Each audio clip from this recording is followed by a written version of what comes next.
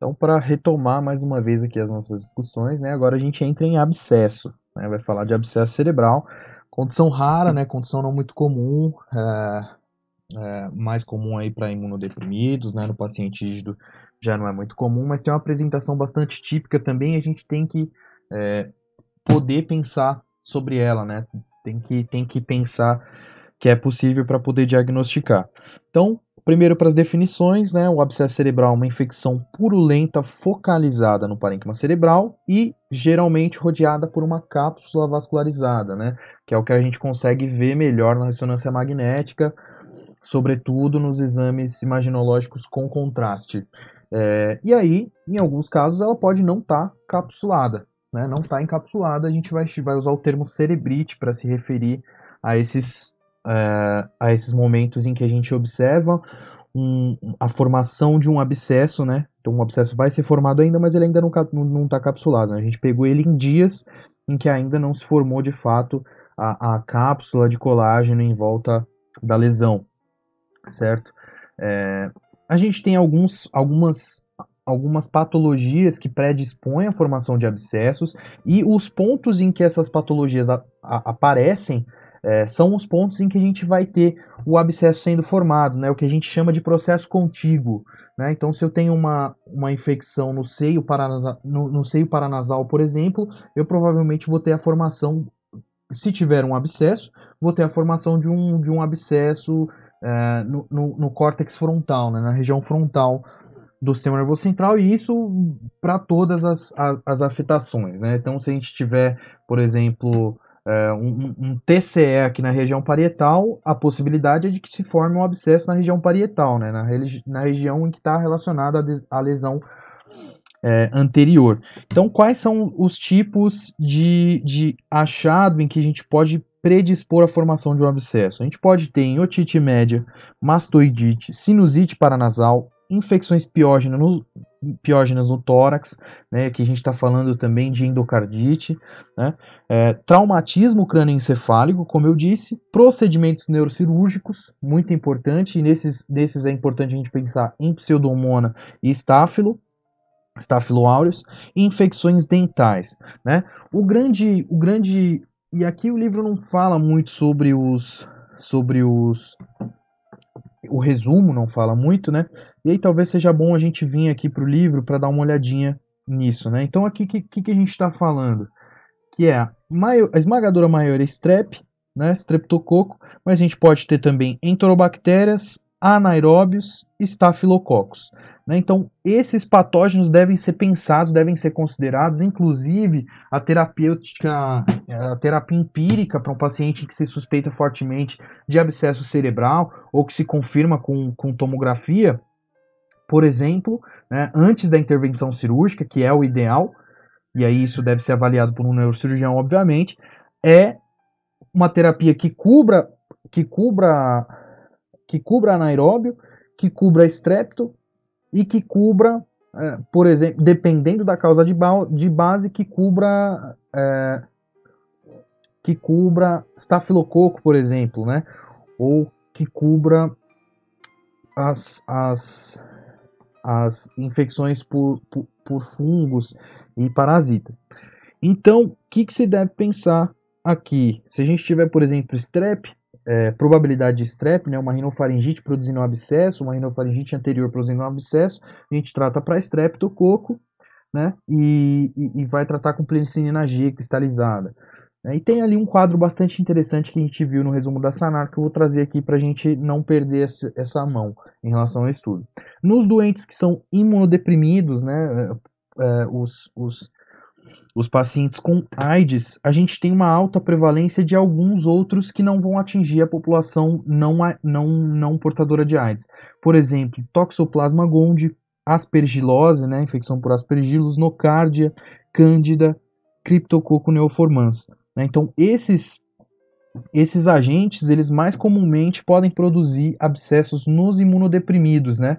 Não necessariamente os portadores de AIDS, mas os imunodeprimidos de modo geral, por qualquer que seja o motivo, mas os imunodeprimidos a longa data. E Na América Latina, né? Não sei se a gente está falando de Brasil necessariamente, mas na América Latina de modo geral, o livro cita que é muito comum que a gente tenha o abscesso cerebral formado por Taenia solium, né? Que é a neurocisticercose, tão falada e tão interessante, achados multifocais na ressonância magnética e na tomografia de crânio. Essa tomografia deve ser com contraste, isso é algo também a ser discutido, mas essa tomografia deve ser com contraste.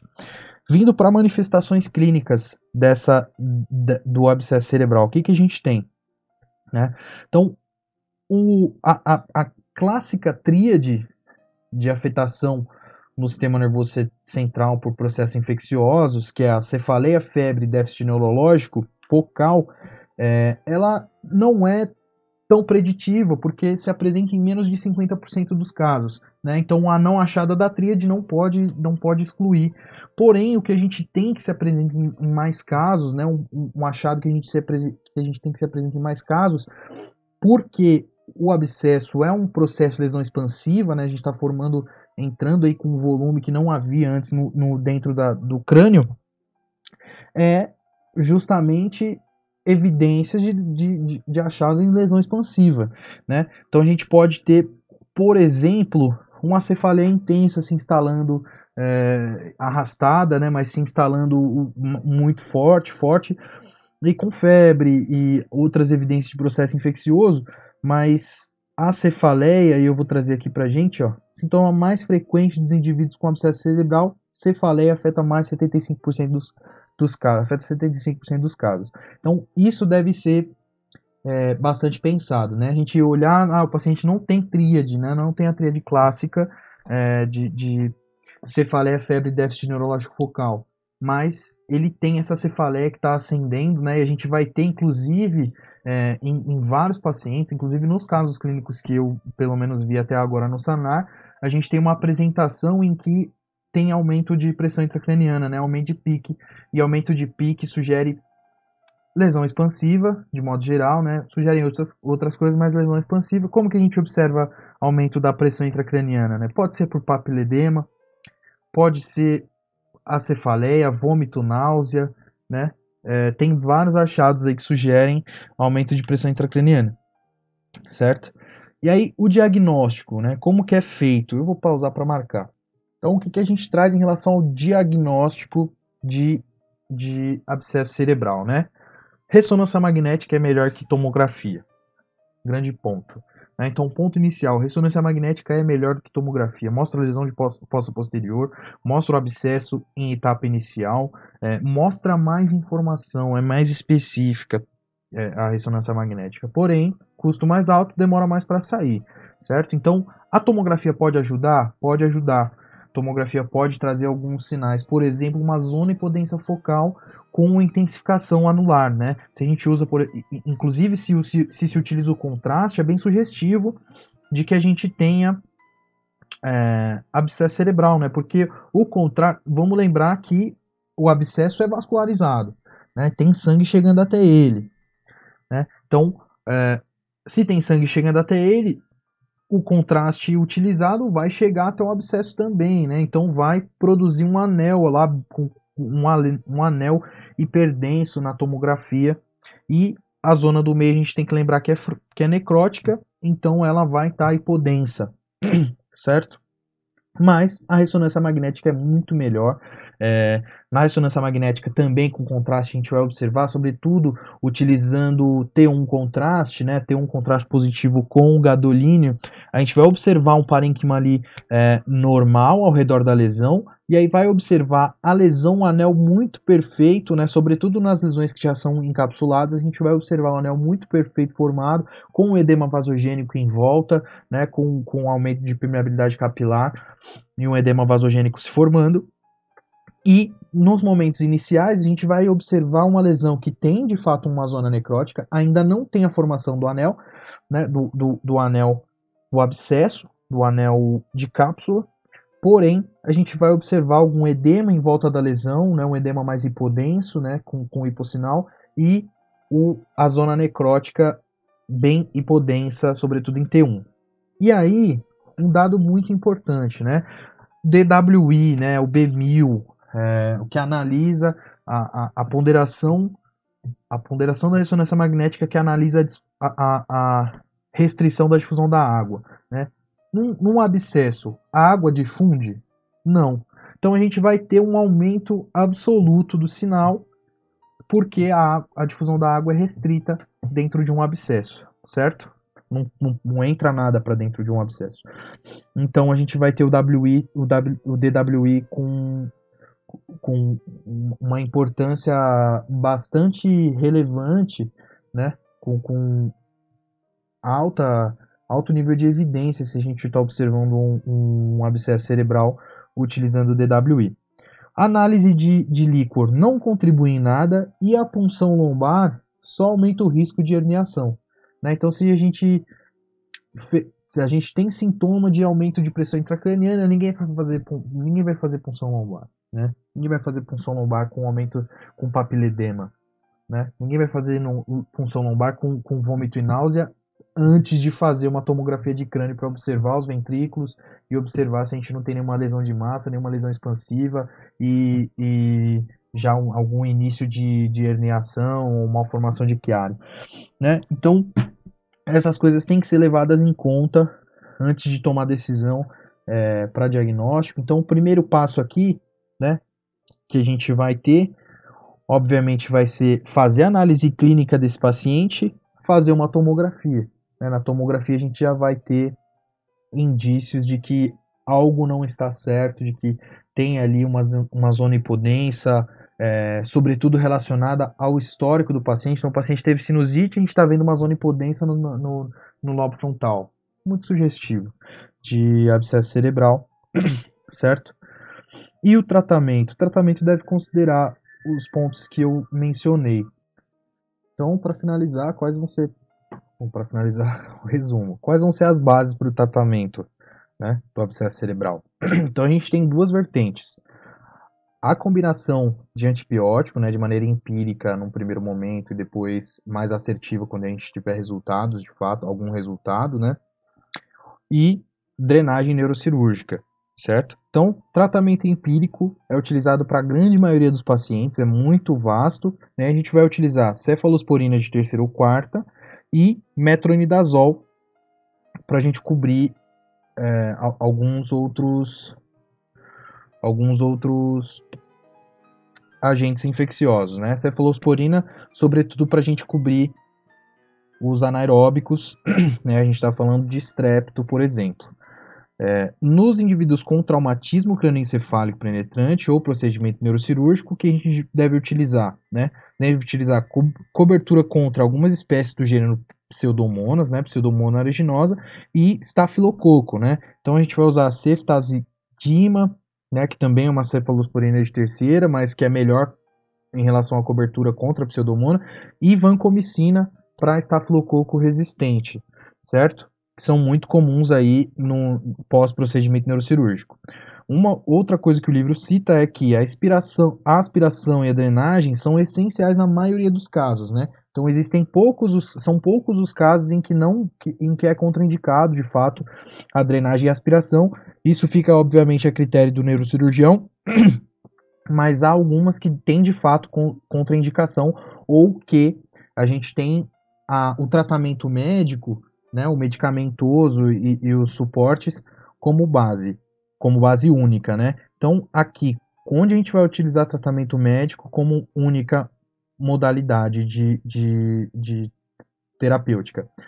Para os abscessos são cirurgicamente inacessíveis, né? Então, a gente está falando porque é óbvio que a formação do abscesso se relaciona justamente com a topografia em que ele se formou. Então tem alguns pontos topográficos que de fato são muito de difícil acesso, e aí o benefício em relação ao risco que se tem de fazer uma cirurgia mais dificultosa como essa para tratar um abscesso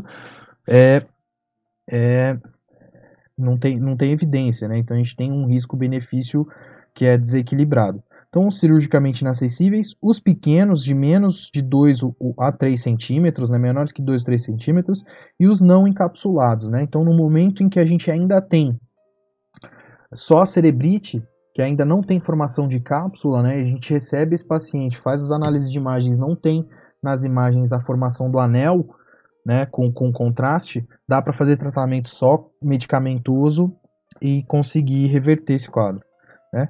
Todos os pacientes devem receber de mínimo de 6 a 8 semanas de antibiótico terapia parenteral, né? Então não dá para substituir por oral nesse momento, falando de pacientes com abscesso.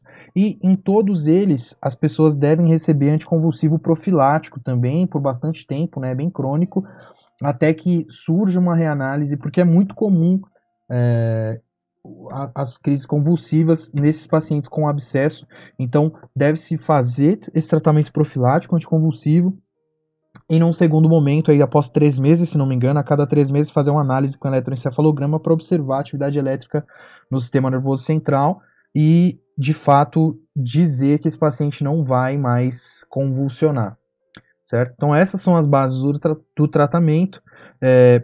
Prognóstico, né? E aí, estudos recentes mostram uma mortalidade menor de 15%, mas ainda é uma alta mortalidade, né? A gente tem sequela significativa, como convulsão, debilidade persistente, afasia ou alterações mentais. Então, esse abscesso produziu ali o seu sinal neurológico focal, sendo ele a convulsão, por exemplo, ou as afasias, hemiparesia, corre risco, de fato, de não conseguir reverter esse quadro, até porque a gente tem um pedaço ali de parênquima que necrosou, de fato, né? A formação. Porque o abscesso só se forma, esse é um grande ponto, o abscesso só se forma em parênquima não viável. Então só se forma em parênquima que sofreu insulto isquêmico, hipóxico, né? E aí ele tem espaço para se formar de fato, né? O sistema nervoso central não é muito sensível às infecções sozinhas se não houver um outro insulto. Pelo menos isso é o que a gente viu que foi relatado ali no SANAR, por exemplo. Então esse é um mapa do SANAR, né? Um mapa do SANAR maravilhoso aí, mais uma vez. SANAR, mapa do SANAR, mapa mental sobre abscesso cerebral, que a gente vai ter abordagem, né, só para ajudar, né, na verdade, facilitar o processo de estudo de síntese, uma abordagem que vai citar manifestações clínicas, condições predisponentes, tratamento e diagnóstico, né? Então, se for o caso, né, de alguém, eu principalmente, né, que eu vou estar estudando e ouvindo e vendo esse vídeo e ouvindo esse áudio mais especificamente, né, porque eu vou salvar os áudios num segundo momento para fazer um podcast, eu vou pausar o vídeo nesse ponto aqui para poder observar melhor o mapa que a Sanar monta, né, um mapa ótimo, Sanar maravilhosa, né, um mapa ótimo, e aqui no resumo da Sanar que eu quero trazer mais são as imagens, né? Então aqui a gente vê uma tomografia de crânio, dá para identificar que é tomografia por causa do osso, né? A gente consegue ver, na verdade, muita coisa diferencia, né? Muita coisa diferencia, né? A sensibilidade, a resolução aqui das estruturas do parênquima, e também a maneira em que o osso é apresentado, né? Com uma hiperdensidade bem marcada, certo? Então essa é uma tomografia. E aqui a gente tem o abscesso, né? Olha que beleza de imagem, que a gente tem um abscesso pós contraste. Como que eu sei que tem contraste? Eu consigo ver os vasos, né? Os vasos estão cheios de contraste em vários pontos da tomografia, né? E aqui a gente tem um abscesso, aqui a gente tem um anel, certo? Porque esse anel é vascularizado. A imagem é em anel, né? Na verdade, isso aqui é esferoidal, né? A imagem é anel porque a gente está fazendo um corte axial do anel, obviamente. Um corte axial do crânio. E a gente consegue observar edema vasogênico aqui em volta do abscesso. O abscesso nessa região aqui parietal, certo? Então, TC de crânio, evidenciando a imagem hipodensa temporal esquerda, com halo hiperdenso central de reforço após a administração de contraste, certo? E a gente consegue ver desvio de linha média aqui, um certo inchaço, né? Não consegue ver bem os ventrículos. Seria melhor que eu pudesse rolar essa imagem, obviamente, mas aqui me parece que a gente tem uma compressão dos ventrículos, né? Com um efeito de massa importante produzido por esse abscesso tão grande. E esse outro abscesso, né? Aqui já numa ressonância magnética, ponderada em T1, né? Ponderado em T1, aparentemente com contraste também. População em T1, corte coronal. Bom, eu acho que é com contraste, porque eu estou vendo o anel aqui bem marcado, mas não sei se de fato tem contraste. Após o uso de contraste paramagnético, certo? O gadolínio provavelmente. Aqui a gente vê os vasos, né? Vê o seio sagital cheio e vê uma importante lesão, né? Uma lesão que produz aqui um desvio de linha média também. Se a gente tirar a linha média por aqui, a gente tem um desvio desse lado. O edema vasogênico aqui bastante importante também. Esse edema, o próprio edema vasogênico pode produzir mais afetação, né? A gente vai ter mais afetação isquêmica no parênquima. E aqui eu não consigo ver o ventrículo lateral esquerdo, né? O que também é um dado importante aqui. A gente não consegue ver. A gente vê que do lado direito eu consigo ver esse ventrículo, mas do lado esquerdo eu não consigo ver. Eu não sei exatamente que altura é essa, acho que é mais posterior, né? Que a gente está vendo, até porque eu já consigo ver a medula aqui. Mas essa imagem muito sugestiva aí de abscesso cerebral, certo? Então, para finalizar, só vamos responder algumas questões aqui do questionário da Sanar no final. Eu vou escolher algumas, vou pulando e escolher algumas que eu acho que são mais relevantes. Obviamente que todas são bastante relevantes, né, e testam conhecimento de fato. São ótimas perguntas que a gente tem aqui no site do Sanar. E, bom, Renan tem 10 anos de idade e há 3 semanas apresentou rinorreia purulenta que não foi tratada adequadamente, já é muito sugestivo. Há uma semana evoluiu para um quadro de febre alta, sonolência, cefaleia, náuseas e vômitos, né? A gente tem aqui náuseas e vômitos sugerindo que tem um aumento da pressão intracraniana, certo? Sonolência, estupor, né? Ao exame, apresenta-se afebril, torporoso e não atende bem a comando simples, que a gente já tem déficit neurológico focal. Ausculta cardiorrespiratória taquicárdica, né? A fundoscopia evidência de papiledema, certo? Então aqui a gente tem um sinal bem sugestivo de aumento da pressão intracraniana, né? Então o que não pode se fazer? Punção lombar. O diagnóstico provável e a conduta inicial são, respectivamente, abscesso cerebral e drenagem cirúrgica precoce. Bom, como que a gente vai fazer drenagem se não tiver feito tomografia, por exemplo? Sinusite, drenagem cirúrgica, essas citações aqui estão mais para abscesso cerebral. Abscesso cerebral e antibiótico intravenoso. Meningite bacteriana e antibiótico intravenoso. Não, já tenho sinais de que eu tenho formação de abscesso.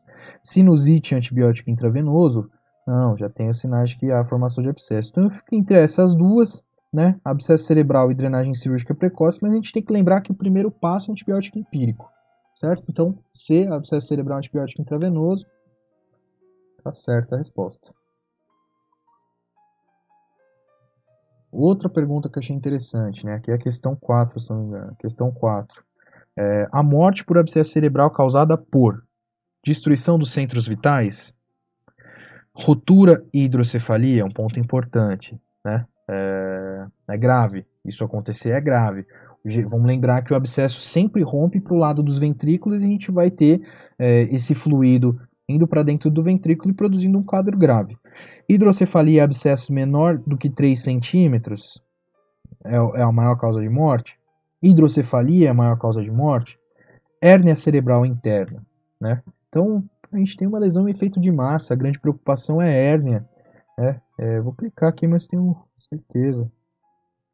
A morte por hérnia cerebral interna, sobretudo hérnia de estruturas do cerebelo, né? A gente está falando das amígdalas, tonsilas cerebelares, amígdalas cerebelares, né? E a hérnia dessas estruturas pode causar morte, de fato. A hérnia de outras estruturas pode causar insulto isquêmico, a vascularização, compressão de artérias importantes, mas a hérnia do cerebelo, até que eu aprenda o contrário, é a mais importante, por compressão dos centros respiratórios, né? Compressão das artérias dos centros respiratórios e insulto isquêmico a essas estruturas que são tão vitais.